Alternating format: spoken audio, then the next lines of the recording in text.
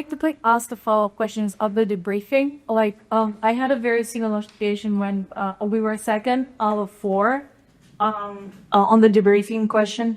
We were second on the larger job, and then the first one gave the lowest, which was half of the price of ours, and the rest of the bidders who were above. So I went to the debriefing and I said, like, is there any other factor that you're taking into consideration other than, lowest? And they said, as per contract, the lowest will get the bid. So I asked if there is a way for me to see how the proposal is structured. Is there a way? Because they didn't really give me an answer. 나중에 a foil because you request a foil. And what is the developer? I got my information and that can say, depending on the AEC, that could take a long time. When do you debate though? I don't know. They got it.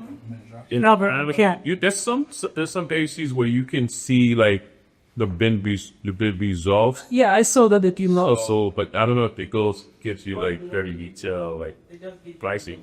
So I was looking to, they'll give you the bid results, but probably not, like, yeah. Like, if the bids are way too low, that's also, like, typically in the agencies, as he was saying, I've seen, like, if somebody's way too low, they are being rejected because they probably missed out a whole lot of scope. They are given an opportunity to, Also the YouTube Correct, yes. So typically, like, owners always do an engineer's estimate, which is, before even going out to bid, they want to know what it costs. And if you're within that range, great. If not, everybody comes to the table like, okay, what did we miss or what did the engineer miss? That kind of conversations happen. But if somebody's way too low, then, because then at that point, the agencies know we are going to be hit with ton of change orders down the line probably. Because at that time, GC is trying to make money. And everybody knows that's where GCs make money. Okay. What is estimating and what it consists of? It's basically your material, labor, equipment, very basic stuff. If you want me to go into details, please let me know. But in the interest of time, I don't want to spend too much time on every single slide. So there are different type of estimates, as we can see here. Depending on you have order of magnitude, which is like a rough order of magnitude in very conceptual phases.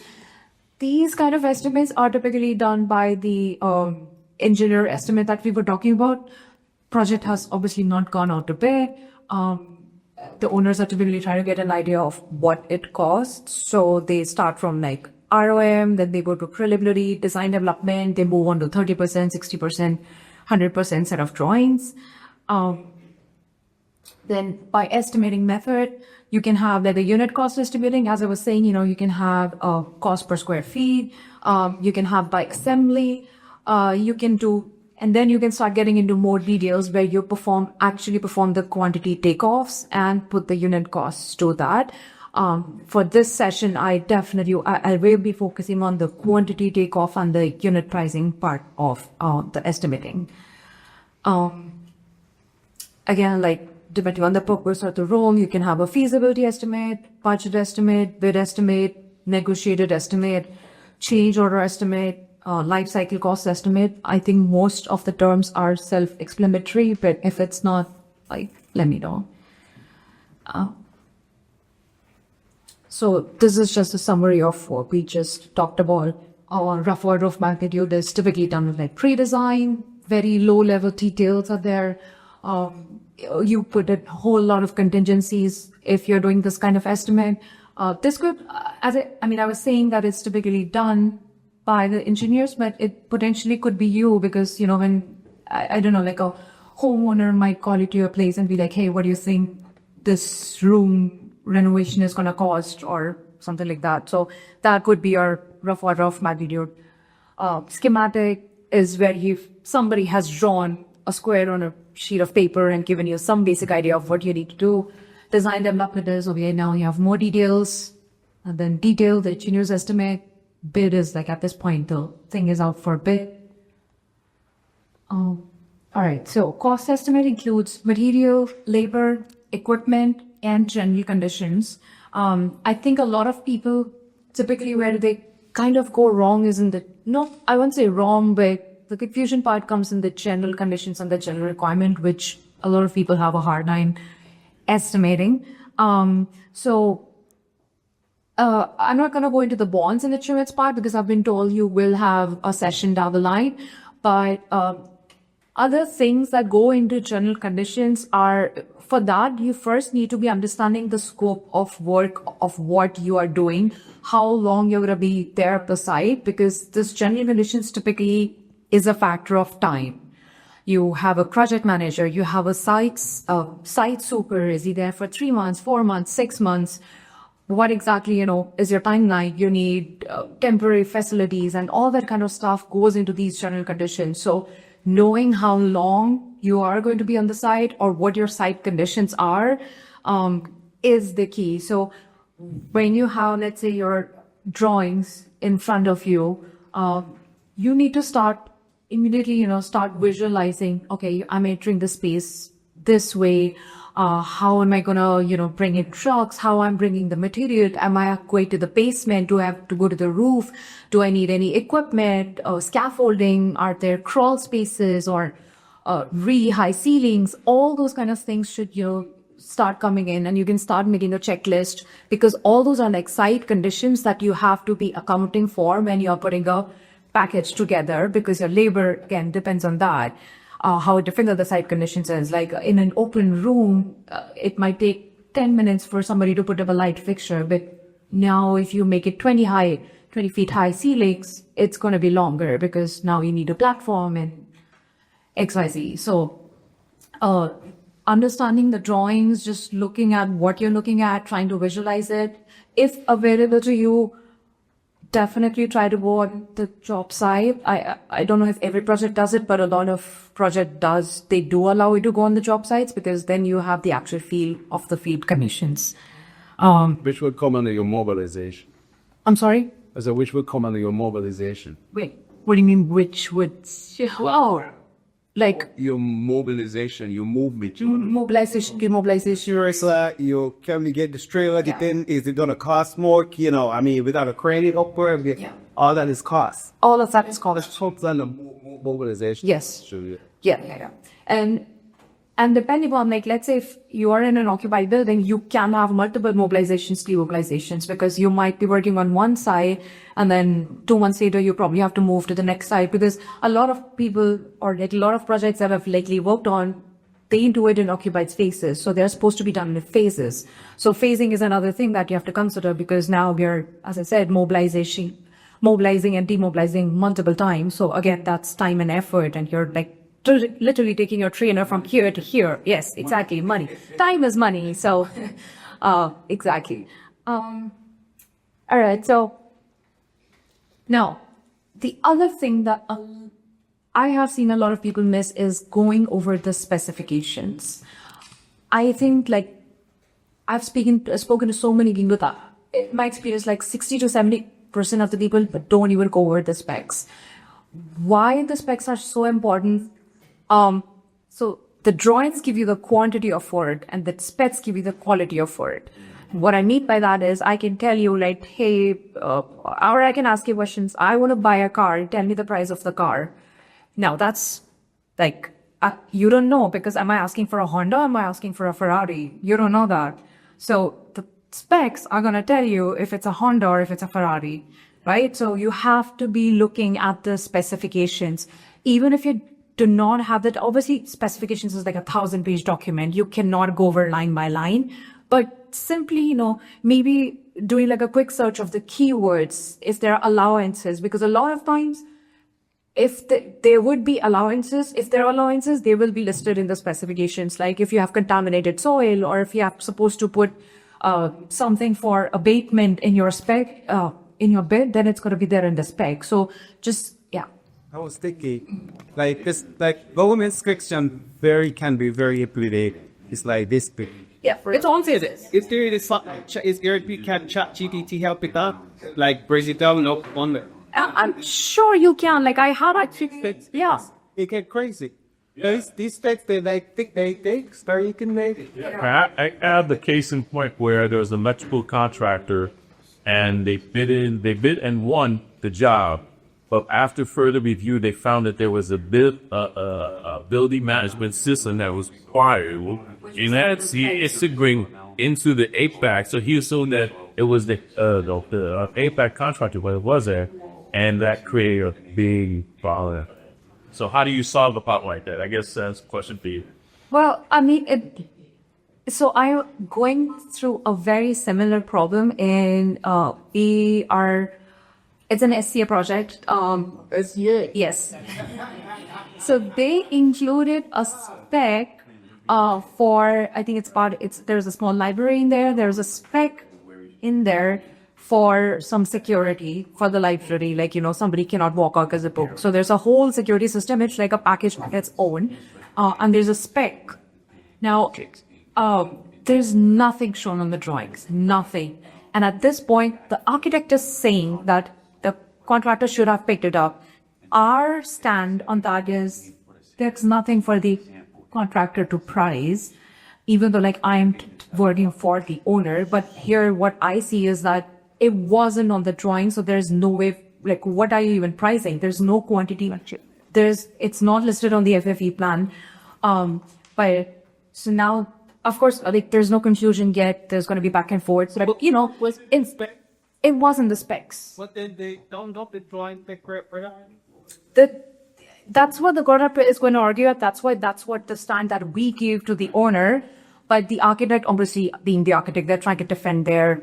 But from a procedural perspective, you would submit an RFI. Exactly. That was my first question. Like, was there an RFI there? Because had you gone over the spec, first of all, this problem wouldn't have. I'm gonna really Most people don't read it. Exactly. got the pages. They don't. But here's the thing. Like, you should, like, even if you're not going over the specs and details, just look at the headings.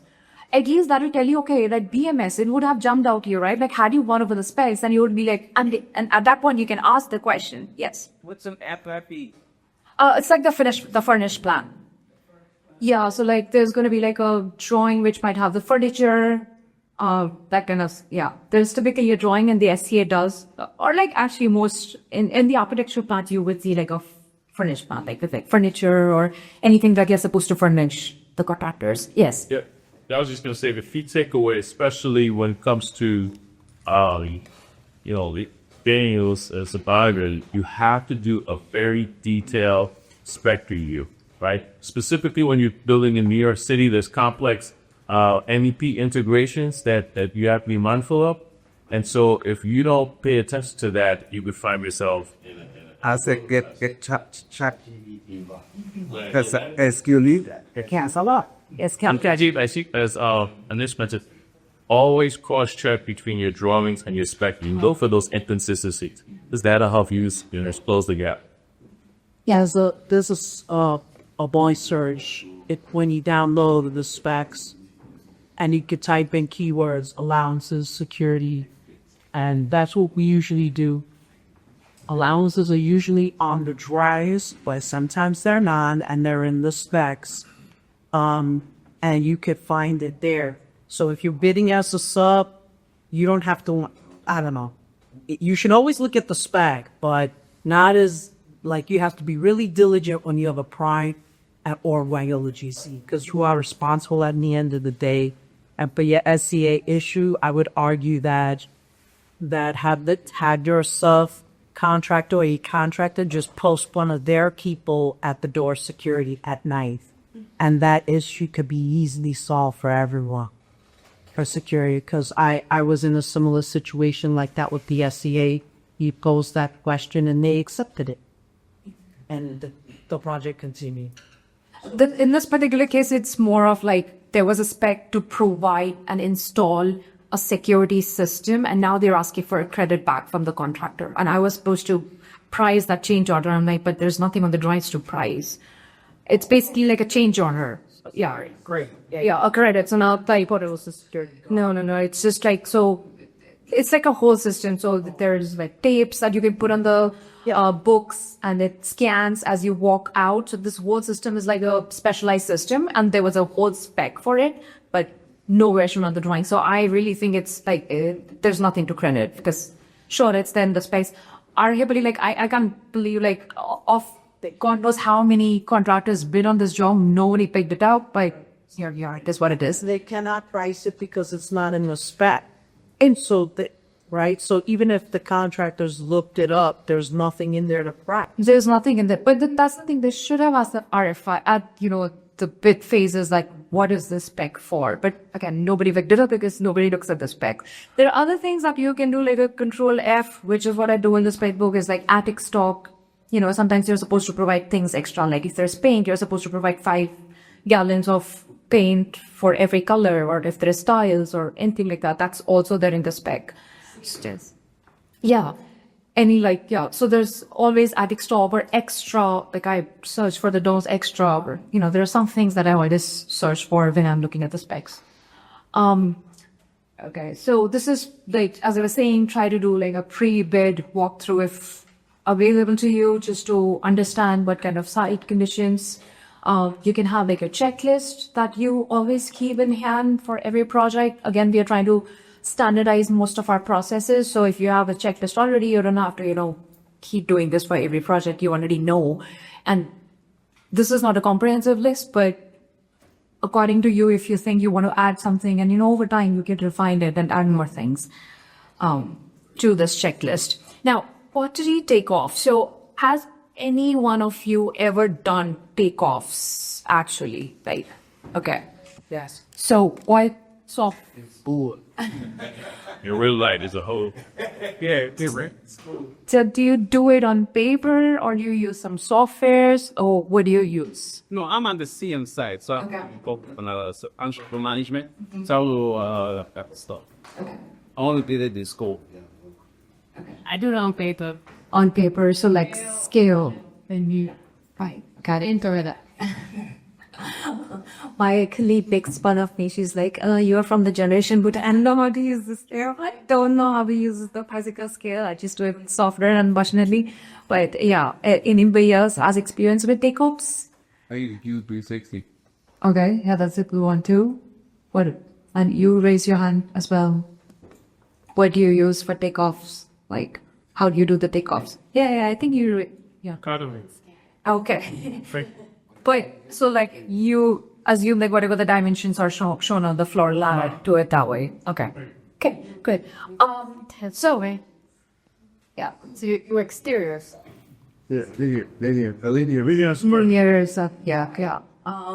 So again, yeah, depending on the trade or how deep do you need to go, you obviously, I think it's the pen and paper is working for everyone.